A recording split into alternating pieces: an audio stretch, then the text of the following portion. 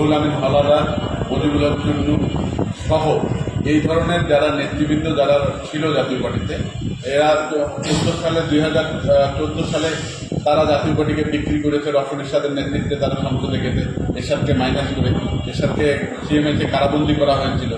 তার পরবর্তীতে 2018 সালে এরশাদ সাহেব অসুস্থ, সেই সময় এরশাদ সাহেব নির্বাচনে না যাওয়ার ব্যাপার ছিল, সেখানে আমাদেরকে এরশাদ সাহেবকে অবরুদ্ধ করা ছিল।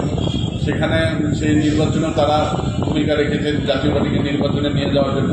2024 সালে ব্যারিস্টার আনিসুল ইসলাম মাহমুদ, ব্যারিস্টার রুহুল আমিন হাওলাদার এবং মজিবুল হক চুন্নু, এরা তিনজন মিলে দলকে 2024-এও নিয়ে গেছে। মুস্তফা ভাই এর আগে বক্তব্য বলল যে উনি নির্বাচন কমিশনে চিঠি টাইপ করে দিয়েছিল প্রত্যাহারের জন্য।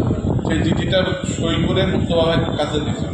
সেই চিঠিটা মুস্তফা ভাই সহ জাতীয় পার্টির নেতৃবৃন্দ যারা পার্টি অফিসে সেই সময় ছিল তাদেরকে অবরুদ্ধ করা হয়েছিল। মুস্তফা ভাইকে বের হইতে দেওয়া হয়নি, জাতীয় পার্টির থেকে কোনো নেতাকর্মীকে বের হইতে দেওয়া হয়নি, কাউকে প্রবেশও করতে দেওয়া হয়নি। 4-500 পুলিশ ওখানে মোতায়েন করা হয়েছিল, ডিজিএফআই লোকরা ছিল। তারা মিলে জেলগাদেরকে অবরুদ্ধ করে 5টার সময় পার করে, যখন 5টার সময় পার হয়ে গেছে, প্রত্যাহারের সময় যখন শেষ হয়ে গেছে, সেই সময় পার্টি অফিস তারা ছেড়ে দিয়েছে। তা আমাদের জাতীয় পার্টি নির্বাচনে যায়নি, জাতীয় পার্টির দোষর না, জাতীয় পার্টিকে জোর করে নির্বাচনে নিয়ে যাওয়া হয়েছে। জাতীয় পার্টির নেতাকর্মীরা এখনও জাতীয় পার্টির প্রতি আস্থা আছে এবং জনগণের জাতীয় পার্টির প্রতি আস্থা আছে।